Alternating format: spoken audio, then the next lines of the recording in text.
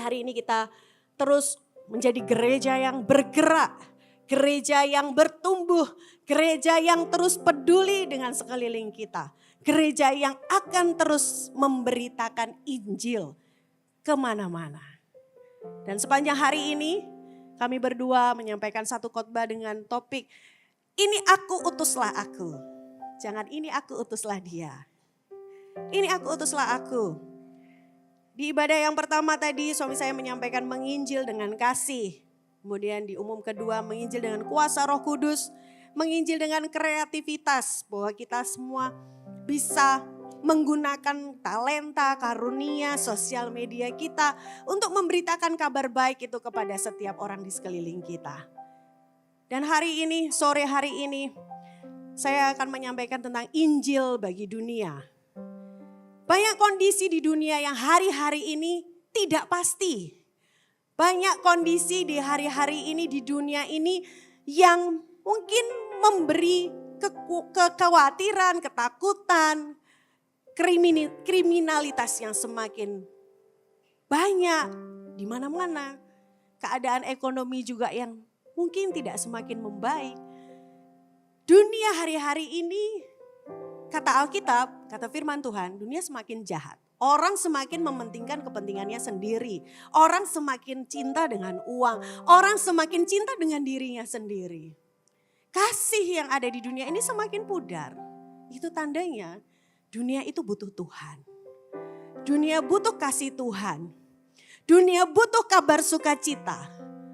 Dunia butuh yang namanya Injil. Lalu Injil itu apa? Injil itu kabar baik.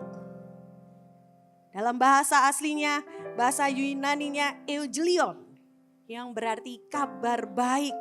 Berita baik, kabar keselamatan yang menceritakan tentang Tuhan Yesus sebagai Tuhan dan Juru Selamat yang hidup. Kematiannya untuk menebus dosa, kebangkitannya untuk memberi hidup yang baru. Dan ada janji keselamatan bagi setiap kita orang yang percaya. Kita baca di Roma 1 ayat 16-17 dikatakan, sebab aku, kata Paulus, mempunyai keyakinan yang kokoh dalam Injil. Karena Injil adalah kekuatan Allah yang menyelamatkan setiap orang yang percaya. Pertama-tama orang Yahudi tetapi juga orang Yunani. Sebab di dalamnya nyata kebenaran Allah yang bertolak dari iman dan memimpin kepada iman. Seperti ada tertulis, orang benar akan hidup oleh iman. Injil tidak pernah membeda-bedakan orang. Injil tidak pernah membeda-bedakan kasta. Injil tidak pernah membeda-bedakan suku, ras dari sebuah bangsa. Warna kulit pun Injil tidak membeda-bedakan. Tuhan mau Injil itu didengarkan sampai pelosok dunia. Maka itu visi gereja ini menjadi gereja yang apostolik dan profetik dan membangun 1000 gereja lokal 1 juta murid. Itu adalah visi yang kecil dibandingkan jumlah penduduk yang sangat besar. Gereja kita punya visi yang terus mengerjakan amanat agung. Kenapa sih gereja itu melahirkan gereja? Kenapa kita, kalau CG kan melahirkan CG, kalau gereja yang melahirkan gereja. Kenapa kita terus membangun gereja-gereja berikutnya? Karena tahukah Bapak Ibu Saudara, di satu kota tertentu ada orang-orang yang merindukan di sana. Ada gereja yang peduli, gereja yang penuh kasih, gereja yang menerima orang apa adanya. Untuk itu gereja ada. Mengabarkan kabar baik kepada setiap orang di sana. Karena gak mungkin gereja itu hanya diam. Injil tidak pernah diberitakan. Bagaimana orang bisa mengenal Tuhan kalau gereja tidak memberitakan Injil kepada setiap orang. Melalui apapun. Kehidupan kita pun berbicara Bapak Ibu Saudara. Perkataan kita pun berbicara. Postingan kita pun berbicara. Apakah semua yang kita kerjakan itu menjadi Injil terbuka bagi setiap orang yang membacanya. Membaca kehidupan kita. Mungkin dulunya kita ada di dalam kehidupan lama, mungkin dulunya kita temperamental, mungkin dulunya kita ini emosional, mungkin dulunya kita tuh baperan. Tapi ketika Injil itu masuk dalam kehidupan kita, ketika Roh Kudus mengubahkan kita, ada perubahan hidup hari demi hari. Meskipun prosesnya gak enak, meskipun prosesnya itu lama. Tapi percayalah ketika Injil itu masuk dalam kehidupan kita. Dan kita itu tidak hanya mendengarkan Injil, tapi kita menerimanya, memasukkannya dalam kehidupan kita dan mengaplikasikannya dalam kehidupan sehari-hari. Saya sangat percaya Roh Kudus itu akan mengubahkan kehidupan kita. Katakan amin. Dan sebagai gereja kita harus punya iman yang pasti. Tidak ada keselamatan di ibadah, maksudnya gini, di agama manapun atau di kepercayaan manapun tidak ada keselamatan selain daripada Yesus Kristus.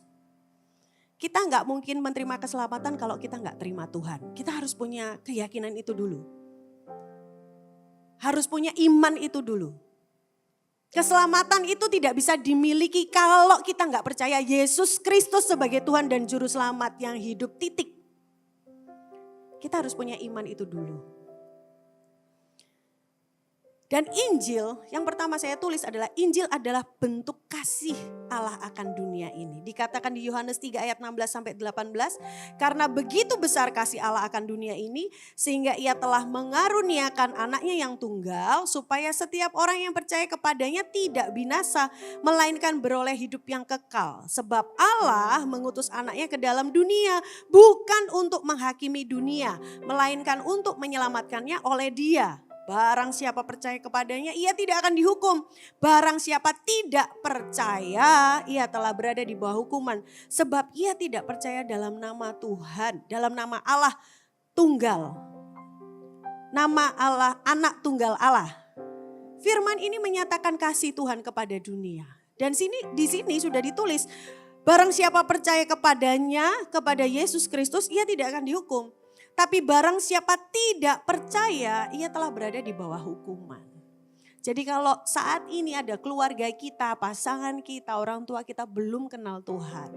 Jadilah alat kepanjangan tangannya untuk menjadi saluran Injil bagi mereka. Doakan sampai mereka bisa terima Tuhan. Lakukan sesuatu untuk mereka boleh terima Yesus.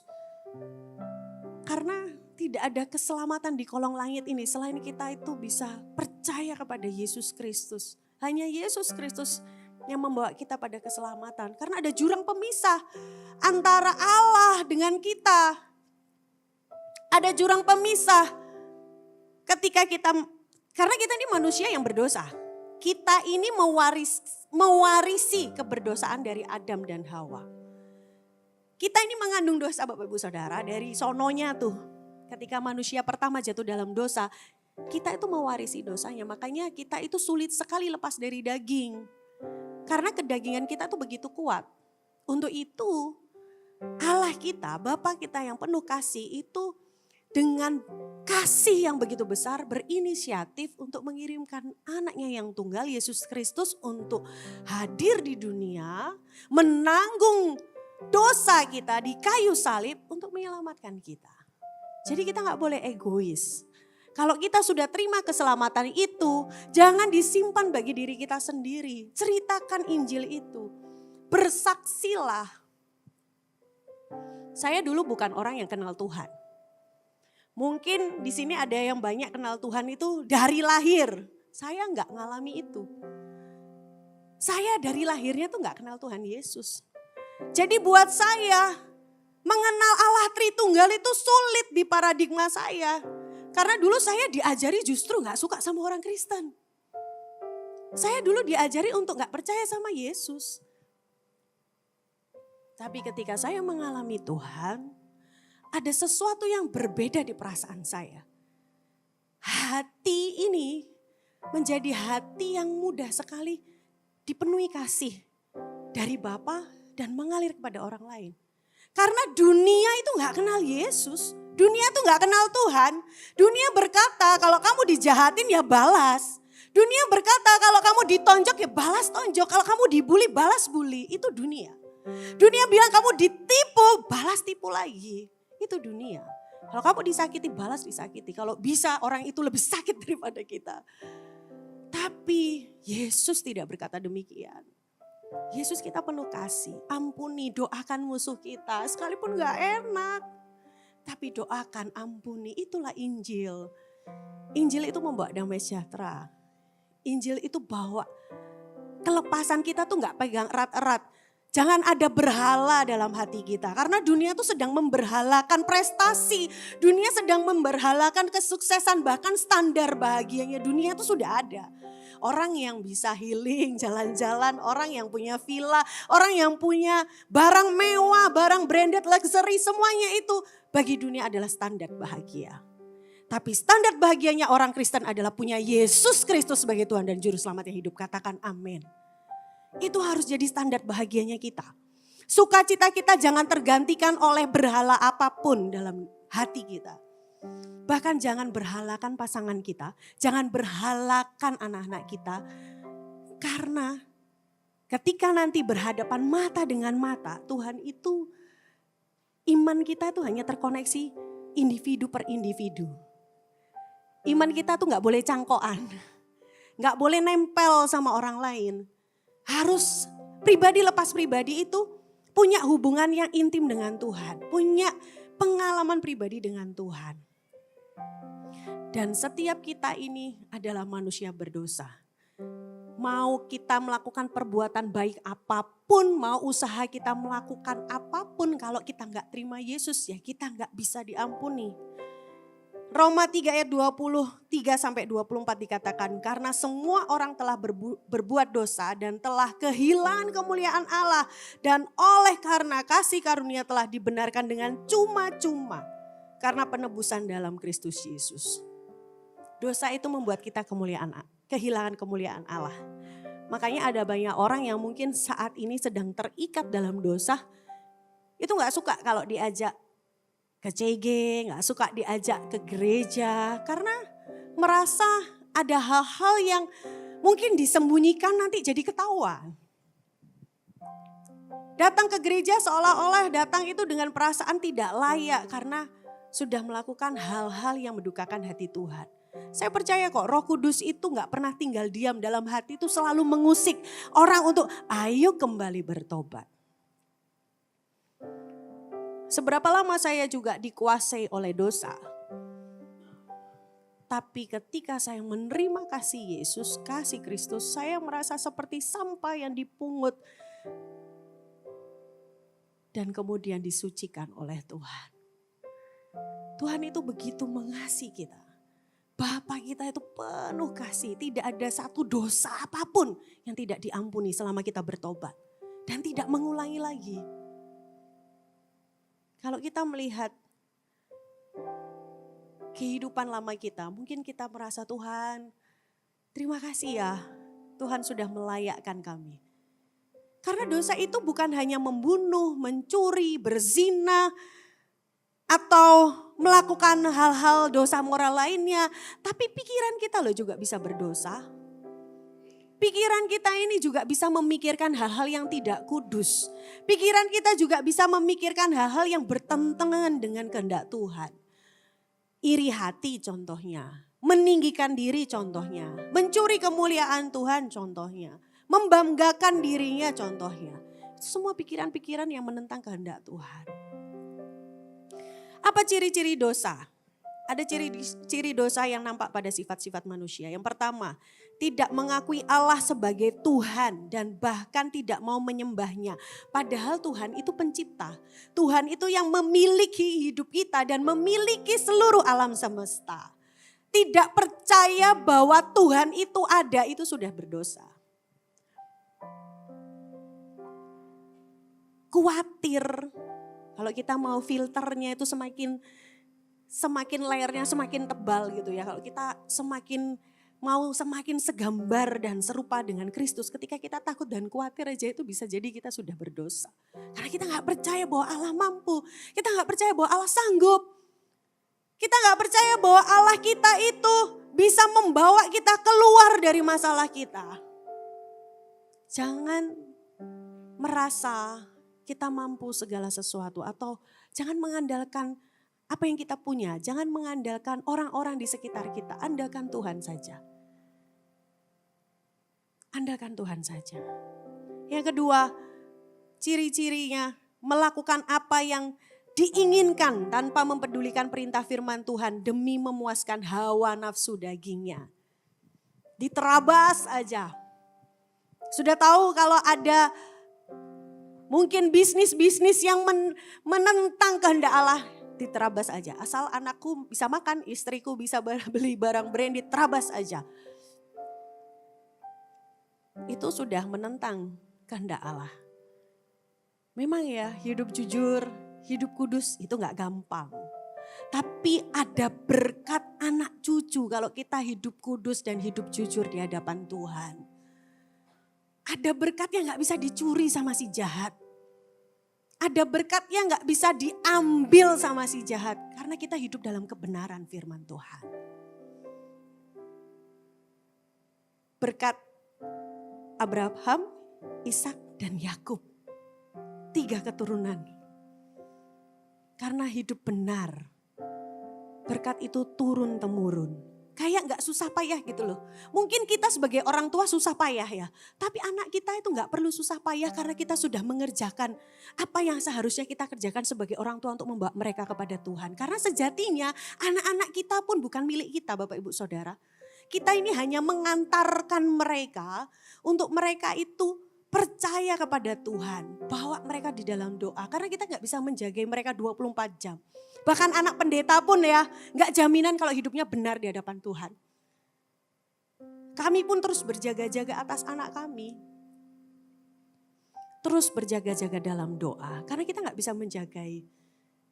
Harus terus bawa mereka kepada Tuhan. Tapi kita harus jadi contoh terlebih dahulu sebagai orang tua. Gak mungkin kita cuman bisa ngomong-ngomong doang tapi kita gak melakukan. Itu sama aja zong. Kita harus menjadi pelaku firman dulu. Mazmur 14 ayat 1 dikatakan orang bebal berkata dalam hatinya tidak ada Allah. Busuk dan jijik perbuatan mereka, tidak ada yang berbuat baik. Hanya orang bebal dikatakan yang melakukan dosa. Orang yang bebal tuh orang yang sudah diingatkan tapi tidak mau melakukan. Sama seperti bangsa Israel ketika 40 tahun di padang gurun. Berkali-kali mereka mendukakan hati Tuhan. Berkali-kali mereka itu menyakiti hati Tuhan dengan tidak percaya kepada Tuhan. Mereka jadi orang yang bebal, gak mau diingatkan. Jangan sampai ya kita jadi orang bebal di mata Tuhan. Kita jadi orang yang gak bisa diingatkan. Karena upah dosa itu adalah maut Bapak Ibu Saudara. Roma 6 ayat 23 berkata, sebab upah dosa ialah maut, tetapi karunia Allah ialah hidup yang kekal dalam Kristus Yesus Tuhan kita. Maut itu artinya apa? Maut itu artinya kematian kekal. Neraka. Hal itu tidak bisa ditawar lagi. Kalau kita melakukan dosa, ya upahnya maut. Dan itu kekal. Bisa dibayangkan ya kalau itu kekekalan selamanya dalam hukuman yang seperti itu. Betapa mengerikannya. Karena itulah kita pun perlu menerima keselamatan. Dan kita nggak boleh egois. Kita harus jadi gereja yang terus memberitakan Injil itu. Injil yang cuma-cuma kita terima tapi harganya mahal. Harganya mahal. Darah Yesus di kayu salib. Yang kedua, poin yang kedua saya tulis bahwa gereja harus memberitakan Injil kerajaan Allah. Dunia adalah dunia yang penuh dengan ketidakpastian. Tapi Injil memberikan kepastian dan jaminan keselamatan dalam hidup kita. Kalau orang di luar Tuhan menghadapi masalah, mereka gak tahu jalan keluarnya kemana. Mungkin bisa jadi jalan keluarnya adalah mengambil tali, terus melakukan hal-hal yang menyakiti hati Tuhan berikutnya. Karena merasa no way out, gak ada jalan keluar. Masalahku terlalu berat, gak bisa melihat Tuhan di dalamnya. Banyak berita-berita hari-hari ini yang saya melihatnya pedih gitu rasanya. Tuhan izinkan kami boleh menjadi gereja yang terus menceritakan kebaikan Tuhan. Seorang ibu ditemukan bersama 3 anak balitanya. Menghabisi nyawanya hanya karena gak bisa makan. Sedih ya. Gereja gak boleh diam Bapak Ibu Saudara. Gereja harus terus memberitakan Injil dengan kebaikan kita. Dengan kepedulian kita.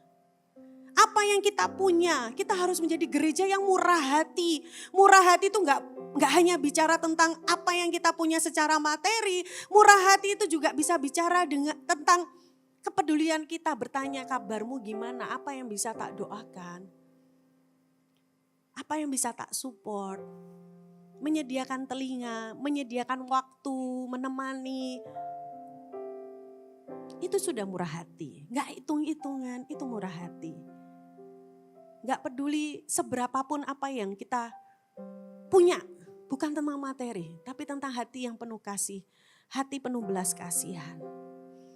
Dan ada sebuah amanat agung yang Tuhan mau kita kerjakan. Di Matius 28 ayat 19-20 dikatakan, karena itu pergilah, jadikanlah semua bangsa muridku dan baptislah mereka dalam nama Bapa dan Anak dan Roh Kudus. Dan ajarlah mereka melakukan segala sesuatu yang telah kuperintahkan kepadamu. Dan ketahuilah, aku, kata Tuhan, menyertai kamu senantiasa sampai kepada akhir zaman.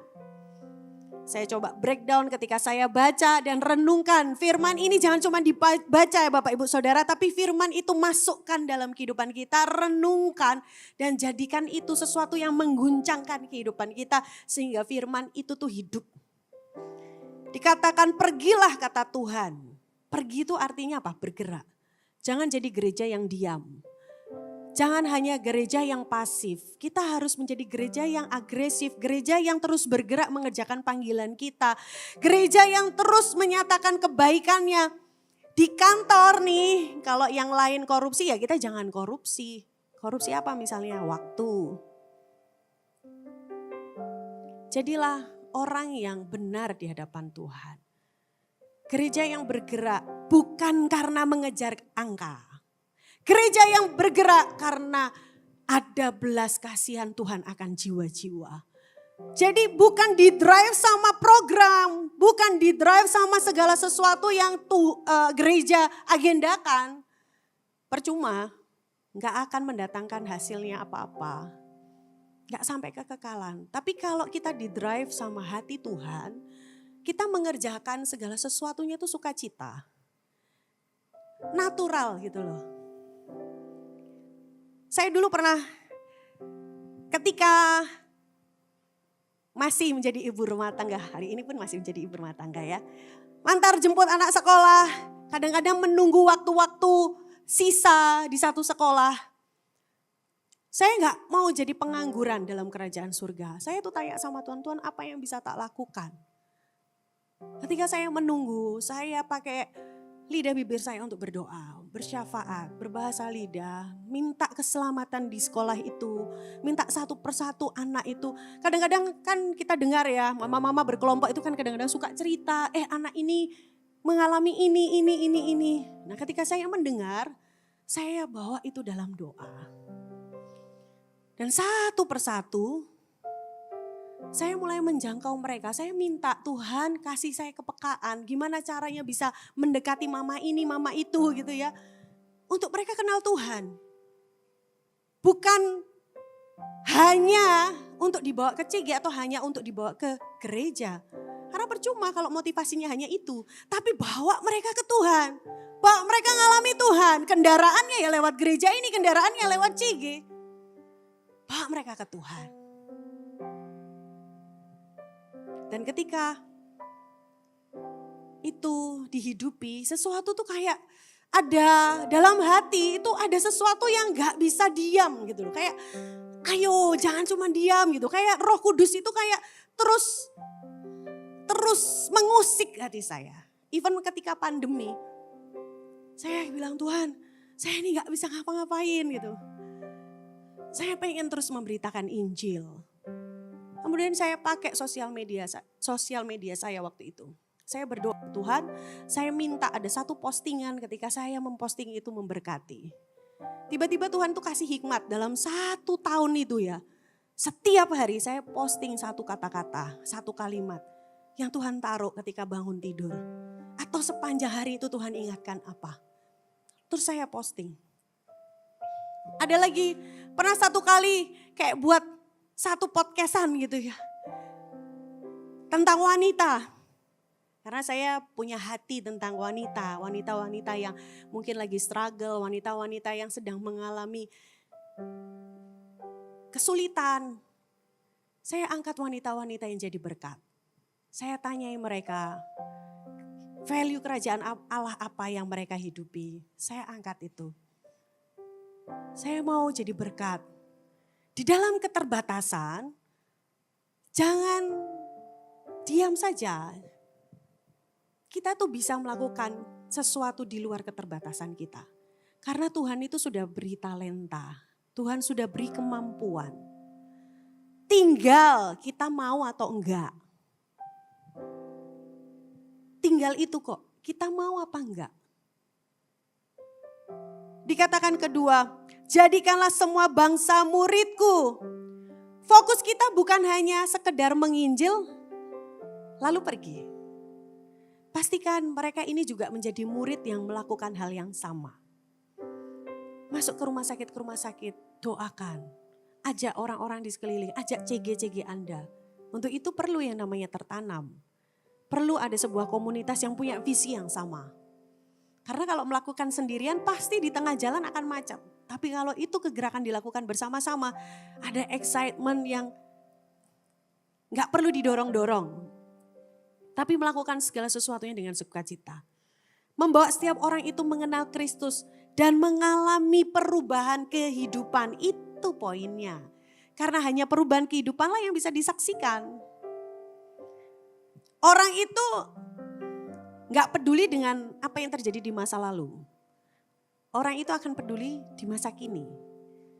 Kalau orang itu mungkin kita dulu hidupnya seperti apa, ketemu dengan teman masa lalu kita terus kita berubah, itu loh kesaksiannya. Mereka bisa melihat Yesus dalam kehidupan kita. Kemudian dikatakan, baptislah mereka dalam nama Bapa dan Anak dan Roh Kudus. Baptislah, ini tanda untuk kita masuk dalam perjanjian orang percaya. Baptisan tidak menyelamatkan. Baptisan ini langkah iman. Baptisan ini materai keselamatan kita. Dan tidak hanya cukup ada orang percaya, terima Yesus, dibaptis selam, gak cukup cuman itu. Tapi ajak dia bertumbuh di dalam Tuhan, di dalam komunitas rohani. Di gereja kita memiliki connect group, CG. Di situ kita akan bertumbuh, berbuah, diajarkan, digembalakan, dimuridkan, mengikuti my spiritual journey. Ada perjalanan keimanan kita yang semakin bertumbuh sehingga kita boleh mengenal Tuhan sungguh-sungguh. Dikatakan ajarlah mereka melakukan segala sesuatu yang telah kuperintahkan kepadamu. Ajarlah mereka, artinya apa? Hidup sebagai teladan. Hidup tidak hanya bisa mengatakan apa yang diajarkan tapi melakukan apa yang diajarkan. Ini menjadi cermin. Terutama kami hamba-hamba Tuhan. Kalau kita gak bisa melakukan, firman itu gak akan hidup bagi orang yang kita katakan. Terlibatlah dalam CG, karena CG itu yang akan membentuk kita. Dan kita perlu orang-orang di sekeliling kita ini yang menjadi cermin juga bagi kita. Yang mengingatkan kita kalau kita mulai melenceng. Yang mengingatkan kita kalau kita ini mulai gak jalan lurus. Yang mengingatkan kita kalau kita ini mulai meninggalkan firman Tuhan. CG itulah tempatnya. Kalau ada pemimpin-pemimpin Anda yang kadang-kadang ngasih masukan kepada Anda. Atau bahkan orang-orang yang kita pimpin memberi masukan kepada kita. Terimalah dengan hati terbuka. Karena itu mungkin cara Tuhan untuk mengingatkan kita untuk kita terus ada di dalam jalan-jalannya. Dan pemuritan itu prosesnya itu tidak berhenti ketika kita sudah menjadi pemimpin. Ketika kita sudah menjadi sponsor, menjadi CGL, menjadi coach, menjadi TL atau bahkan menjadi gembala itu tidak akan berhenti prosesnya. Proses pemuritan itu akan terus terjadi sampai usia kita. Tuhan bilang, cukup di sini. Sudah waktunya kamu berpulang. Sampai itu proses pemuritan kita berhenti. Karena disitulah kita akan terlihat kita ini setia atau enggak. Karena ada banyak orang membangun kehidupannya di awal berapi-api, sungguh-sungguh, tetapi di tengah prosesnya dia tidak setia sehingga meninggalkan Tuhan. Kecewa dengan gereja, kecewa dengan pemimpin yang akhirnya dia menjauh pada komunitas, menjauh dari gereja, menjauh dari Tuhan dan lama-lama terhilang. Proses gak enak tapi harus kita lalui. Tapi terus dikatakan, dan ketahuilah aku menyertai kamu senantiasa sampai kepada akhir zaman. Ini kabar baiknya. Ketika kita mengerjakan dan melakukan apa yang jadi panggilan kita dalam amanat agung, ada penyertaan Roh Kudus. Ada kekang yang Roh Kudus taruh dalam kehidupan kita. Ada hikmat, ada tanda-tanda ajaib dan heran. Ada satu impresi yang Tuhan taruh dalam kehidupan kita untuk kita melakukan apa bagi orang lain. Roh Kudus yang menuntun untuk kita berjalan dalam kebenaran. Roh Kudus yang menuntun untuk menjagai kita. Bahkan Roh Kudus yang mengingatkan kita. Bahkan kalau kita sudah jatuh, gagal, Roh Kudus juga yang akan mempop up kita, mengangkat kita. Bangkit lagi, maju lagi. Nggak usah lihat ke belakang, lihat ke depan. Karena Tuhan itu mau kita hidup dalam pertobatan. Daud pahlawan yang gagah perkasa, tapi Daud pun pernah jatuh sama Batsyeba. Tapi kalau Daud gagal untuk bertobat, mungkin nama Daud itu berhenti pada Daud, tidak akan berkelanjutan pada Salomo. Tidak ada pemakaian Tuhan setelah generasi Daud. Tapi pertobatan itu yang membawa Daud akhirnya melahirkan Salomo. Seorang raja yang diberkati Tuhan penuh hikmat dan ada keamanan. Dan bahkan dialah yang membangun bait Allah. Yang ketiga, dikatakan Roh Kudus itu, saya tulis Roh Kudus memampukan kita mengerjakan amanat agung. Yohanes 16 ayat 7 sampai 9 dikatakan, namun benar yang kukatakan ini kepadamu adalah lebih berguna bagi kamu jika aku pergi. Sebab jikalau aku tidak pergi, penghibur itu tidak akan datang kepadamu. Tetapi jikalau aku pergi, aku akan mengutus dia kepadamu. Dan kalau ia datang, ia akan menginsyafkan dunia akan dosa, kebenaran dan penghakiman akan dosa karena mereka tetap tidak percaya kepadaku. Jadi yang menginsyafkan dunia ini adalah Roh Kudus. Kita ini hanya sebagai alatnya. Kita ini hanya sebagai alirannya. Jadi ketika kita masih sehat, kita masih kuat, kita masih mampu, kenapa gak kita terus dipakai Tuhan? Memberitakan kabar baik itu. Memberikan diri kita untuk tertanam dalam gereja, bertumbuh, berbuah, menjadi alatnya, menceritakan kebaikan Tuhan. Ada satu cerita di Kisah Para Rasul 1 ayat 8 dikatakan, tetapi kamu akan menerima kuasa kalau Roh Kudus turun ke atas kamu dan kamu akan menjadi saksiku di Yerusalem dan di seluruh Yudea, Samaria dan sampai ke ujung bumi. Ini dikatakan kalau Roh Kudus datang, kita akan dipakai menjadi saksinya. Petrus, seorang yang sudah menyangkal Yesus 3 kali. Orang terdekat, ring satunya Tuhan Yesus. Tapi nyangkal Tuhan Yesus 3 kali. Tapi Petrus ketika mengalami pribadi Roh Kudus, mengalami pertobatan, Petrus pun bisa dipakai Tuhan. Membawa dampak sampai 5.000 orang itu bertobat. Dan tidak hanya itu, Petrus dan Yohanes pernah 1 kali dia disidang di Mahkamah Agama karena dia melakukan tanda-tanda kuasa dengan pertolongan Roh Kudus, dia memberitakan Injil, ada orang yang disembuhkan, orang lumpuh itu. Dan karena itulah ahli-ahli Taurat dan ahli-ahli Farisi gak suka. Dan dia diadili. Tapi dikatakan di Kisah Para Rasul 4 ayat 11 sampai 14. Yesus adalah batu yang dibuang oleh tukang-tukang bangunan yaitu kamu sendiri. Namun ia telah menjadi batu penjuru dan keselamatan. Tidak ada di dalam siapapun selain di dalam dia. Sebab di bawah kolong langit ini tidak ada nama lain yang diberikan kepada manusia yang olehnya kita dapat diselamatkan. Ketika sidang itu melihat keberanian Petrus dan Yohanes dan mengetahui bahwa keduanya orang biasa yang tidak terpelajar, heranlah mereka.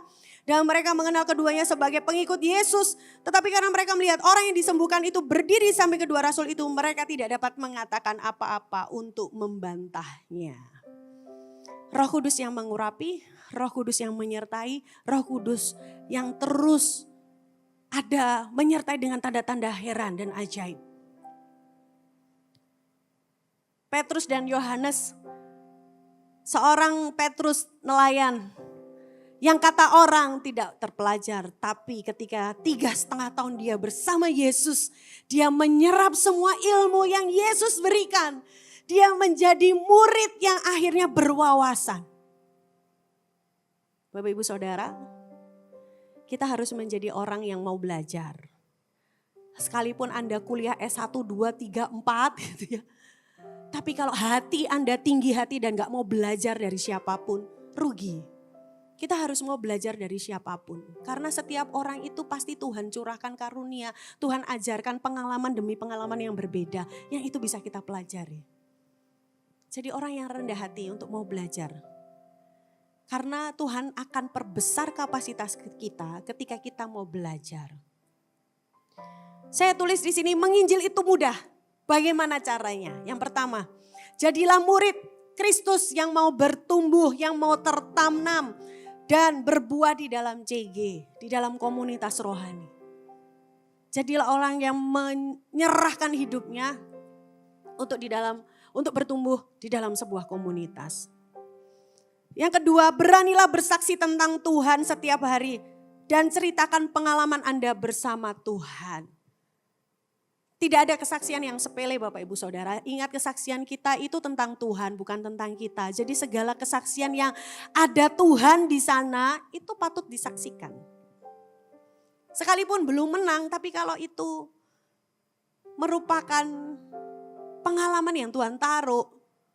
Entah itu pengalaman musibah, pengalaman gak enak. Tapi ketika Tuhan ajarkan sesuatu dan berani bersaksi, itu jadi berkat buat orang yang mendengarnya. Orang itu akan semakin mengagumi Tuhan yang ada dalam kehidupan kita. Ketiga, gunakan platform media sosial kita untuk memberi value kerajaan Allah. Kalau Anda seorang konten kreator, pastikan postingan Anda itu postingan yang memberkati orang. Pastikan apa yang kita kenakan itu jadi berkat. Pastikan hidup kita ini jadi teladan.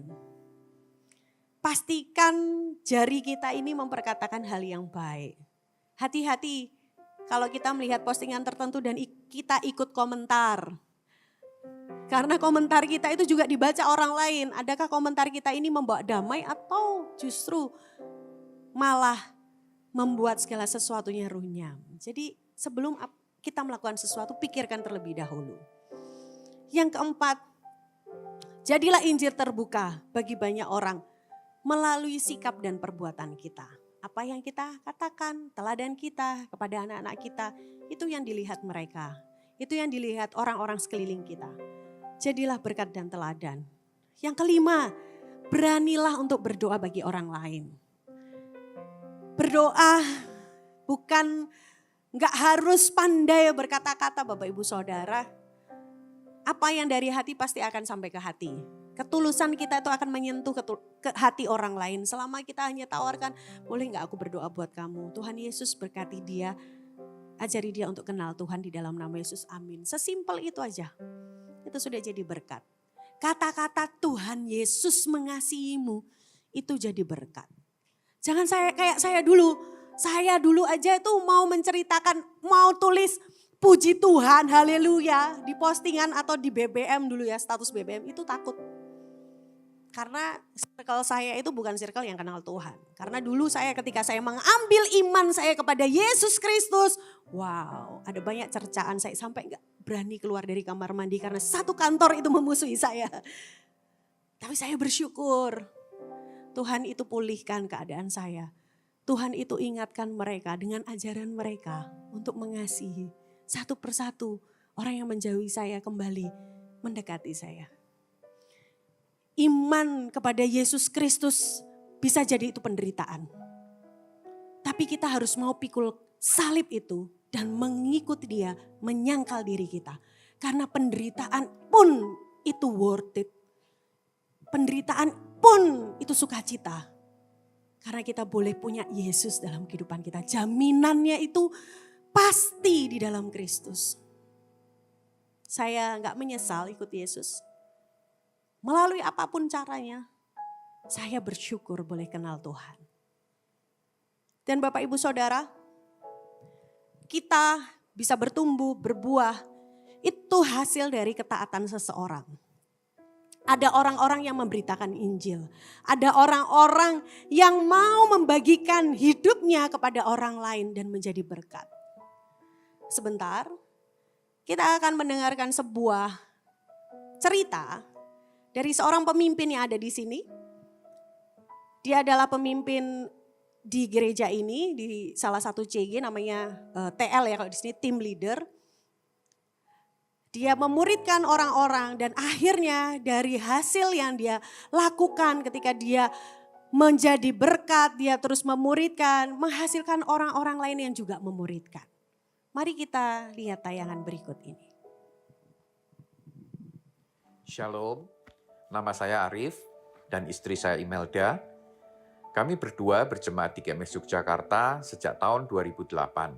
Kami sangat bersyukur ada di gereja ini, karena di gereja ini kami benar-benar dimuridkan. Kami yang tadinya jemaat yang sekedar hadir di ibadah dan CG, Tuhan bawa semakin tertanam, berakar dan bertumbuh dalam Tuhan. Hingga akhirnya pada tahun 2017, kami memberi diri untuk mengembalakan sebuah CG.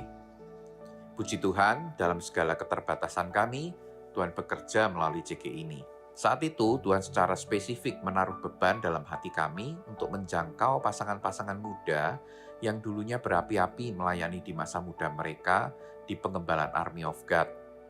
Tetapi, di musim kehidupan mereka selanjutnya, setelah bekerja dan berkeluarga, mereka sempat agak mundur.